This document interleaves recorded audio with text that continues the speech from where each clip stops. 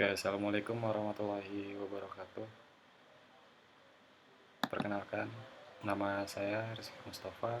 Kali ini saya akan menjelaskan tentang materi gimana sih cara membuat aplikasi menggunakan UML. UML itu apa? UML itu adalah Unified Modeling Language, yaitu sebuah translasi bahasa antara user ke programmer. Nah, UML ini biasa ambil alih profesi oleh seorang sistem analis, di mana sistem analis ini yang akan mentranslasikan apa keinginan dari user dan apa yang harus dikerjakan oleh seorang programmer. Oke, nah pada kesempatan kali ini saya menggunakan UML untuk sistem informasi penilaian dosen menggunakan database-nya yaitu Oracle. Nah, jurnal ini telah digunakan oleh Universitas Negeri Sumatera Utara Medan pada tahun 2018. Ya, sebenarnya outputnya dari jurnal ini adalah kita itu melakukan penilaian kepada dosen, bagaimana cara mengajarnya, materi yang disampaikan berapa persen yang diterima oleh peserta itu berapa, mahasiswa itu berapa persen gitu. Itu bisa kita lakukan penilaian dari aplikasi ini. Nah, di sini sudah ditranslasikan menggunakan UML. UML-nya seperti yang saya jelaskan tadi sebelumnya adalah sebuah translasi bahasa ya. Di dalam pendahuluan ini kita tahu yang namanya teknologi aplikasi atau digital itu pada tahun 2020 ini sudah sangat pesat ya. Arti kata setiap divisi atau setiap proses bisnis itu memerlukan yang namanya digital aplikasi.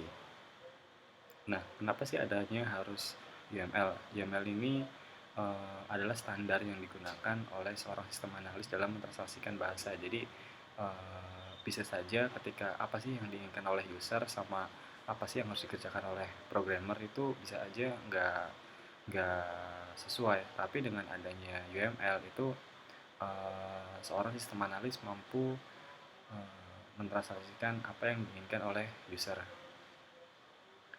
Oke, di sini kita menggunakan database-nya Oracle. Nah, kenapa Oracle? Karena kemungkinan Oracle ini adalah database yang sifatnya enterprise.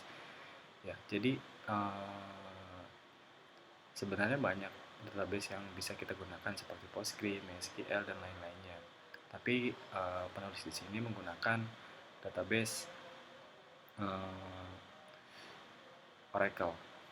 Nah, metode yang dilakukan dalam penelitian ini yang pertama kita itu melakukan wawancara, yaitu melakukan pengumpulan data dari setiap universitas, dari setiap mahasiswa di universitas, dan kita melakukan studi pustaka. Nah, rancangan yang di dalam database di sini ada banyak tabel tentunya. Nah, ada banyak tabel. Contohnya tabel user. Tabel user ini memiliki beberapa field.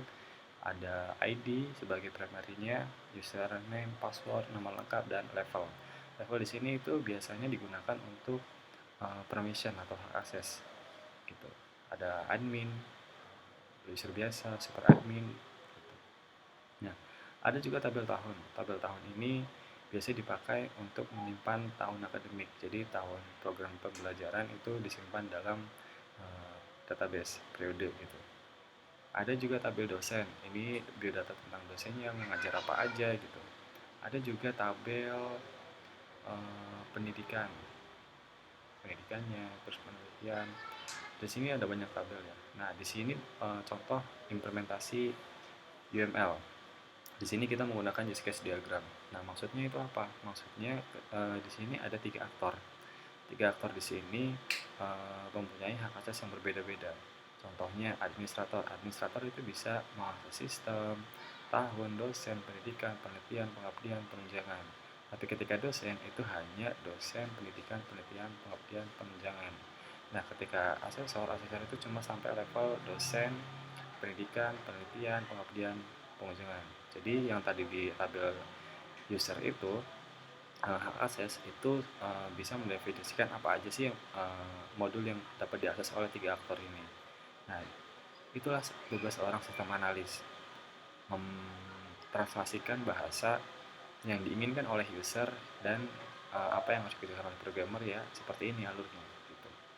Karena mungkin programmer itu tidak paham apa sih yang diinginkan oleh user gitu. Beberapa programmer ada yang tidak paham apa sih yang diinginkan oleh user, makanya seorang sistem analis itu mentranslasikan menggunakan use case diagram. Ya, di sini ada namanya class diagram. Class diagram itu detail data langsung ke sisi database-nya. Activity diagram ini melakukan apa aja nih di dalam ini kita melakukan apa aja. Contoh dosen itu bisa melakukan apa aja, contoh melihat daftar pendidikan, menambah data. Nah, itu activity-nya. Ada lagi sequence diagram itu eh, kita nih ngambil resource-nya dari mana aja gitu. Itu bisa dari sequence. Nah, jadi kesimpulan yang ada di sini ya, itu merupakan bahasa pemodelan yang dapat menjabar secara rinci untuk dianalisa. Jadi ya bahasa simpelnya tadi translasi bahasa ya. Oke, mungkin segitu penjelasan dari saya mengenai UML.